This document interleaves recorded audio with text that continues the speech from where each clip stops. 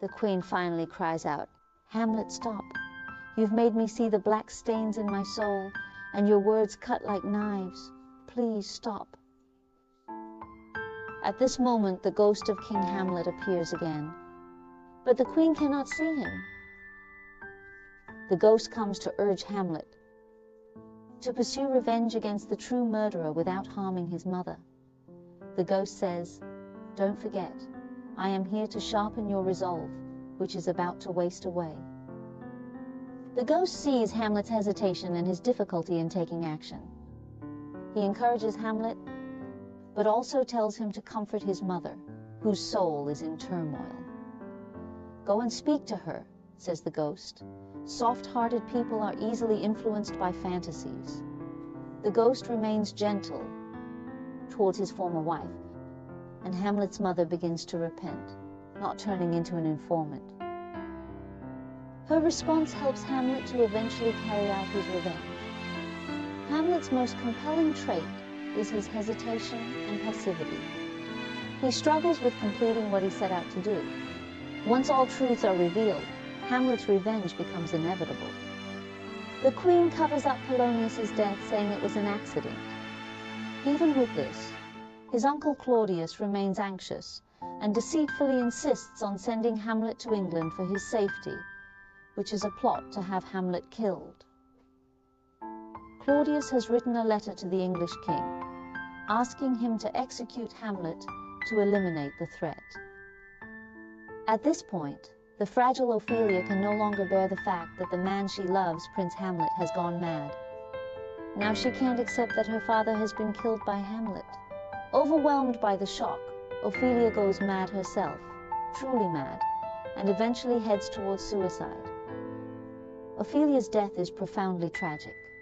The loss of life is inherently heavy, but there's a certain aesthetic in her demise that's unforgettable, much like Lynn Dayu's flower burial. Ophelia's death has been depicted in various artworks and performance art, paying tribute to her tragic end. In the original text, Shakespeare writes, "By a brook there was a willow that bent its branches into the mirror-like water. Ophelia weaves strange garlands from cowslips, nettles, daisies, and long purples, flowers that honest women call dead men's fingers, but which a rude shepherd calls by another name. She climbs a branch that hangs over the stream, intending to hang her garland.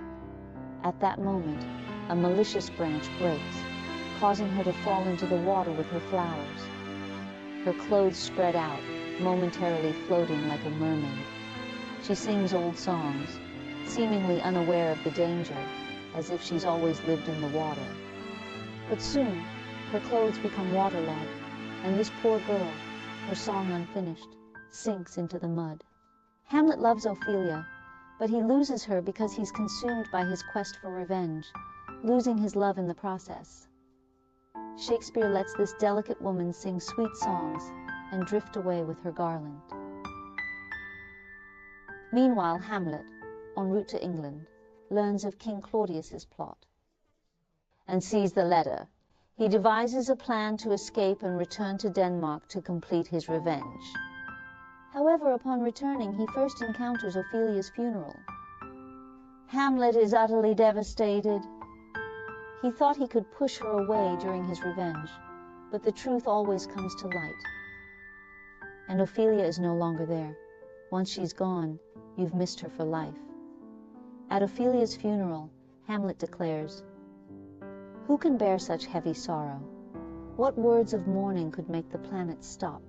It is I, Prince Hamlet of Denmark." He then jumps into the grave, saying, "I loved Ophelia. 40,000 brothers' love combined could not equal mine for her. What would he do for her? Hamlet says he would weep for her, fight for her, fast for her, tear his own body apart, drink a whole vat of vinegar, and eat a crocodile for her. He would build a tomb as high as heaven itself for her." His words are an outpouring of genuine emotion, but Hamlet knows well that sweet love and ruthless revenge cannot coexist. Love will always be an obstacle to revenge. Ophelia will never know Hamlet's true feelings, and she'll never feel his love. But Ophelia's brother, Laertes, comes seeking vengeance, like the Grim Reaper himself. Laertes challenges Hamlet to a duel because Hamlet killed his father, and because his father's death led to Ophelia's tragic end. Laertes hates Hamlet deeply. Laertes is a fiery character. The new king stirs him up, telling Laertes that Hamlet is responsible for his father's death and Ophelia's suicide. This makes Laertes vow revenge. To kill Hamlet, he plans to use deceitful tactics in their duel, with poisoned arrows and poisoned wine.